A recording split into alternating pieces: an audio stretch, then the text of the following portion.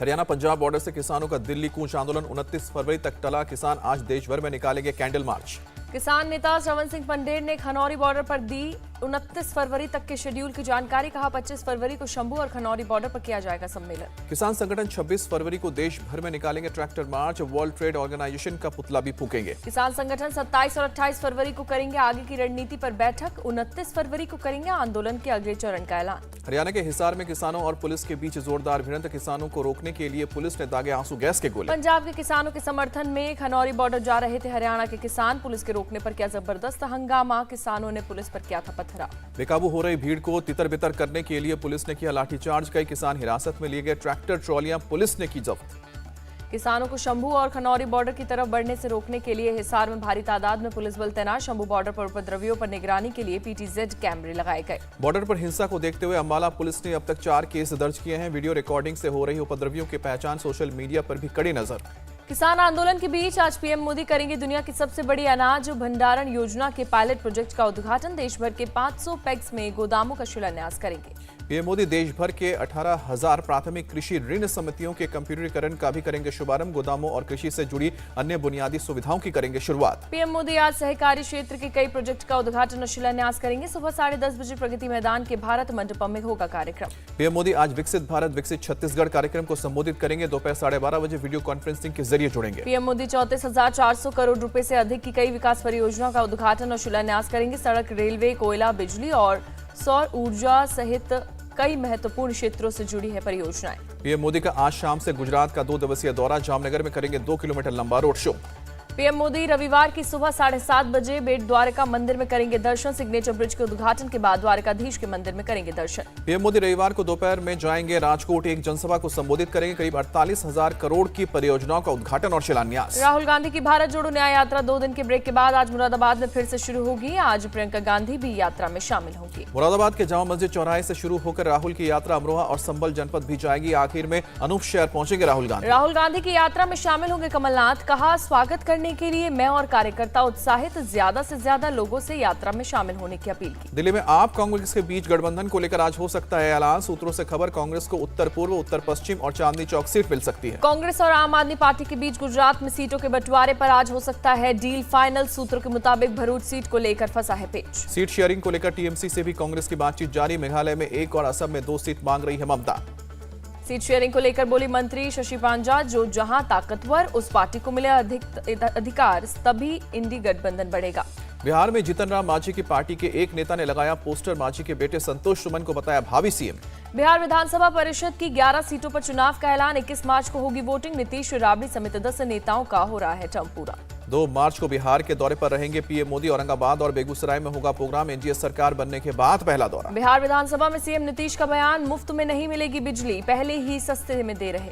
RJD Congress पर सम्राट चौधरी का निशाना। बोले कि बिहार और देश की जनता 2024 में सभी का हिसाब करेगी। औरंगाबाद में विश्वास यात्रा के दौरान तेजस्वी यादव ने महंगाई, रोजगार को लेकर केंद्र पर साधा निशाना। कहा अगड़े पिछड़े और दलित साथ आए, नया बिहार बनाएंगे। औरंगाबाद से गया के रास्ते में तेजस्वी यादव का जोरदार स्वागत। सड़कों पर उमड़ी भारी भीड़। लोगों ने जमकर की नारेबाजी। नीतीश कुमार पर भड़की राबड़ी देवी। कहा बिहार की जनता सब देख रही है, सरकार कैसे इधर उधर पलट रही। प्रशांत किशोर की बिहार की जनता से अपील। अपने बच्चों के भविष्य के लिए वोट कीजिए। पश्चिम बंगाल के संदेशखाली में नहीं थम रहा बवाल। गांव वालों ने टीएमसी नेता अजित मैती को पीटा।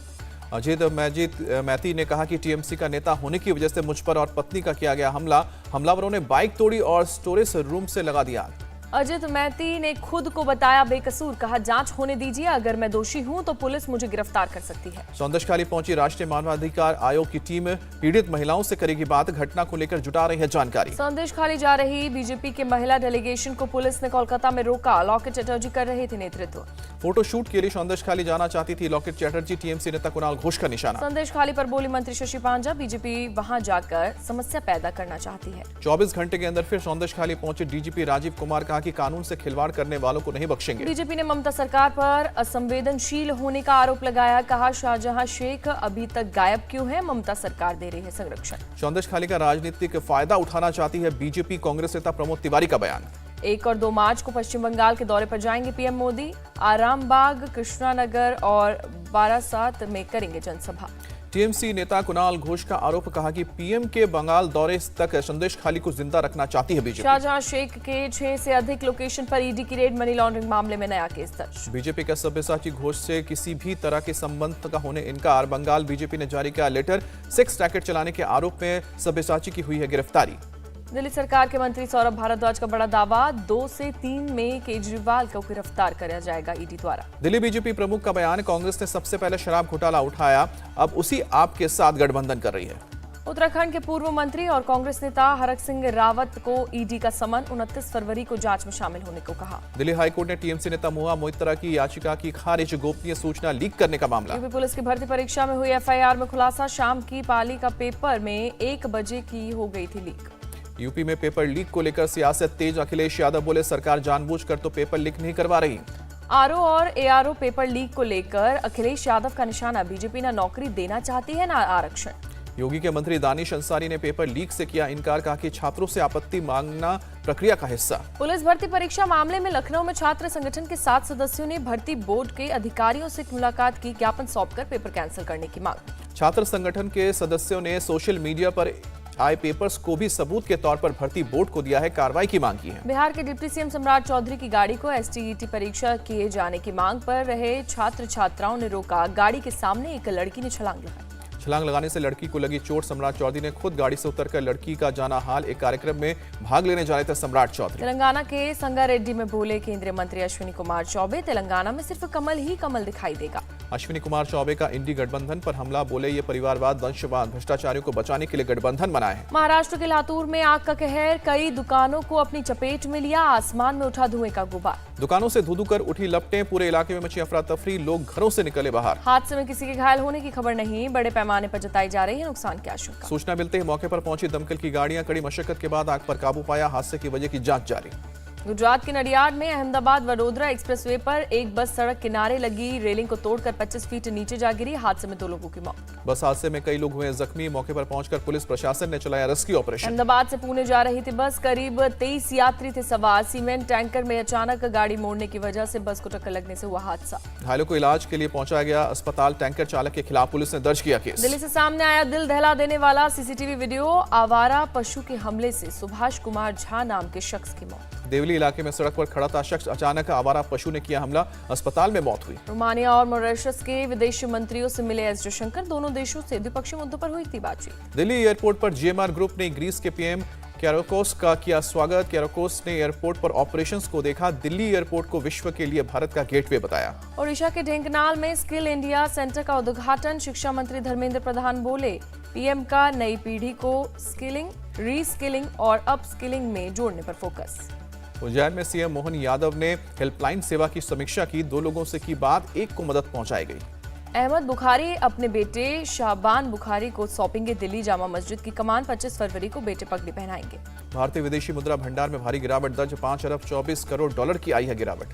भारतीय विदेशी मुद्रा भंडार 617 अरब 23 करोड़ डॉलर पर पहुंचा। आरबीआई ने जारी की 9 फरवरी को खत्म हुए हफ्ते की रिपोर्ट। फर्जी कॉल से छुटकारा दिलाने के लिए सरकार लाएगी ट्रू कॉलर जैसी सर्विस। मोबाइल के स्क्रीन पर दिखेगा कॉलर का सही नाम। टीआरआई ने किया ड्राफ्ट तैयार। पेटीएम यूजर्स के लिए एक अच्छी खबर, पेटीएम की यूपीआई सर्विस रह सकती है बरकरार। आरबीआई ने एनपीसीआई से जरूरी कदम उठाने को कहा। रांची टेस्ट के पहले दिन इंग्लैंड ने 7 विकेट खोकर 302 रन बनाए। जो रूट ने बेसबॉल से अलग अपनाई रणनीति, मुश्किल हालात में टीम के बने संकटमोचक रूट ने लगाया शतक। स्टंप्स के समय रूट 106 रन और रॉबिन्सन 31 रन पर नाबाद लौटे। दूसरे दिन दोनों खिलाड़ियों की नजर टीम के स्कोर को बड़ा करने पर होगी। भारत इंग्लैंड को जल्द ही समेटने की करेगी कोशिश। इंग्लैंड की टीम 112 रन पर 5 विकेट खोकर संघर्ष कर रही थी। जो रूट और बेन फोकस ने छठे विकेट के लिए 113 रनों की साझेदारी कर टीम को मजबूत स्थिति में पहुंचाया। बेन फोक्स 47 रन बनाकर मोहम्मद सिराज का शिकार बने। हाथली को भी सिराज ने जल्द ही पवेलियन की राह दिखाई। रॉबिन्सन और रूट पहले दिन स्टंप्स तक विकेट पर जमे रहे।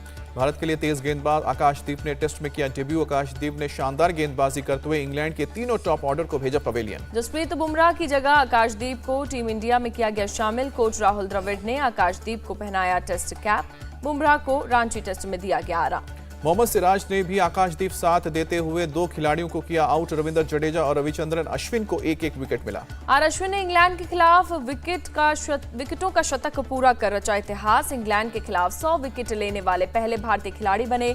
जॉनी बेयरस्टो का विकेट लेते ही अश्विन ने हासिल की खास उपलब्धि।